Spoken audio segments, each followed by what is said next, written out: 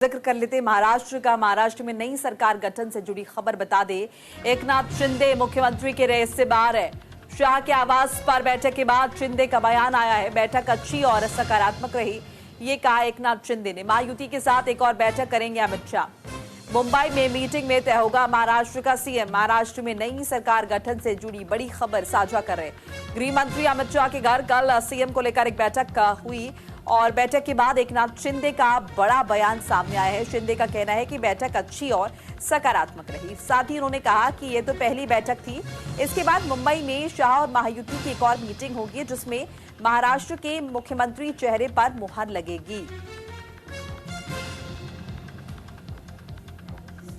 काही नाही, ते वेगळी चर्चा काही नाही आहे सर। सरकार स्थापनेवरच चर्चा झालेली आहे, अशी वेगळी काही चर्चा नाही। अजित पवार आमच्यामध्ये पूर्णपणे समन्वय आहे, सकारात्मक आम्ही सगळे आहोत आणि आम्हाला राज्यातल्या जनतेने जे अतिशय क्लिअर कट मॅन्डेट दिलेले आहे त्यांचा आदर आम्ही करतोय। और वहीं देखिए, चूंकि सीएम पद पर अभी भी सस्पेंस बरकरार है, ऐसे में आज हो सकता है महाराष्ट्र के सीएम के नाम का ऐलान।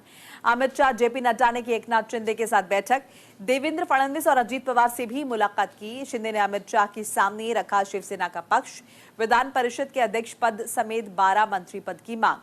गृह, शहरी विकास समेत महत्वपूर्ण विभागों की मांग शिंदे ने गृह मंत्री को दिलाया शिवसेना के साथ का भरोसा। इस बीच शिंदे को बनाया जा सकता है सूबे का डिप्टी सीएम।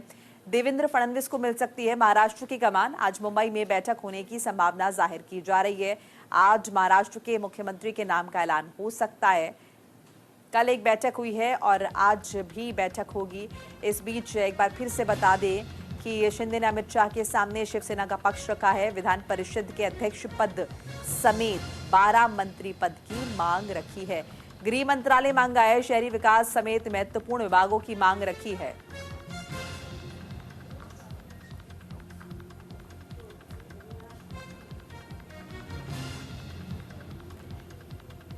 और ज्यादा इन्फॉर्मेशन के लिए रुक करेंगे ग्राउंड जीरो का। हमारे सहयोगी शुभम पांडे हमारे साथ जुड़ चुके हैं।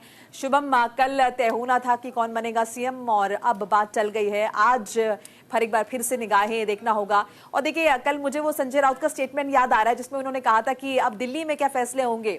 तो दिल्ली में फैसला नहीं हुआ है और बात फिर घूम फिर कर मुंबई पर आ गई है, महाराष्ट्र पर आ गई है।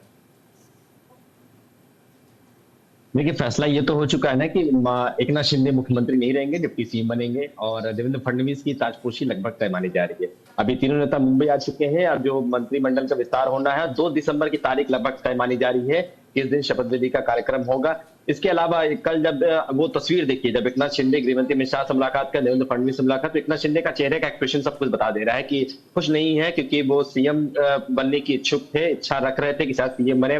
उन्हें इंटरनली आश्वासन दिया गया था, लेकिन जैसे जैसे जो नतीजे आए, परिणाम है, उसके बाद सब कुछ कहानी बदल जाती है। इवन आप देखिए, जब जिस दिन जीत की 23 तारीख को जब नतीजे आ रहे थे, उस दिन उनके बॉडी लैंग्वेज देखिए, अब की तस्वीर देखिए, कितना फर्क आ चुका है। देखिए, उसके अलावा देखिए 12 मंत्रालय की मांग जो है की गई, जिसमें से गृह मंत्रालय, जो डिप्टी स्पीकर और इसके अलावा नगर विकास मंत्री जो एकनाथ शिंदे खुद कई सालों से इस विभाग के मंत्री जो है रह चुके हैं, इस सरकार में उनके पास ये डिपार्टमेंट था, उसकी मांग फिर की गई है। उसके अलावा जो जानकारी एक और हमें इंफॉर्मेशन मिल रही है कि उनके बेटे श्रीकांत शिंदे को केंद्रीय मंत्रिमंडल में जो है मंत्री बनाया जा सकता है। उसके अलावा प्रफुल्ल पटेल एनसीपी अजीत पवार की गुट से, उन्हें भी मंत्री बनाया जाए, तो उस पर समझौता लगभग तय माना जा रहा है। और ये फिलहाल आखिरी मोहर लग चुकी है कि एकनाथ शिंदे डिप्टी सीएम रहेंगे, अजीत पवार डिप्टी सीएम रहेंगे और देवेंद्र फडणवीस सीएम के रूप में शपथ लेंगे। अब ये लौट चुके हैं, चर्चा का विषय शुरू होगा कि किस मंत्रालय को, किस मंत्री को बनाया जा सके और उसके बाद फिर आखिरी शुभम, तो आपको क्या लगता है? देखिए, कल बैठक हो चुकी है और बाकायदा एकनाथ शिंदे ने कहा कि सकारात्मक रही, यानी कि कहीं ना कहीं वो कहना चाहते थे कि पॉजिटिव रिस्पांस आया। वो जो डिमांड्स रख रहे थे, वो डिमांड्स उनकी मतलब ऑलरेडी फुलफिल हो गई है। तो आज की बैठक का मकसद क्या माने? क्या आपको लग रहा है कहीं कुछ पेच अभी भी अटके हैं जिन पर बातचीत होनी है?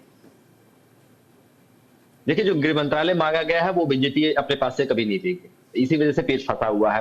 इसके अलावा ये जो टाउन प्लानिंग की डिपार्टमेंट शिंदे ने मांगी, वो मिल सकता है। फाइनेंस जो है वो मांगा गया है, वो मिल सकता है। आप देखना होगा कि रेवेन्यू, फाइनेंस, जो एग्रीकल्चर, ये डिपार्टमेंट किसके पास है, क्योंकि सीएम, डिप्टी सीएम का जो डिपार्टमेंट है वो तो ठीक है, देवेंद्र फडणवीस ले रहे हैं। गृह मंत्रालय ये सबसे बड़ा अहम विभाग होता है और बीजेपी किसी भी राज्य में गृह मंत्रालय विभाग किसी अन्य सहयोगी दल को नहीं देती है। इस पर देखिए पेज फंसा हुआ है, इस पर चर्चा की जाएगी और आज लगभग चर्चा पूरी हो जाएगी। उसके अलावा किन किन मंत्रियों को मंत्री बनाना है ये भी तय करना है, किन किन विधायकों को मंत्री बनाना है, कौन सा विभाग का कौन मंत्री बनेंगे ये भी तय करना है। इसी वजह से 2 दिन का वक्त मांगा गया है और आज तकरीबन शाम तक या कल सुबह तक इसकी चर्चा होने की पूरी संभावना जताई जा रही है। बिल्कुल, सभी की निगाहें सो रहेंगी। शुक्रिया शुभम पांडे जुड़ने के लिए और तमाम जानकारियां साझा करने के लिए।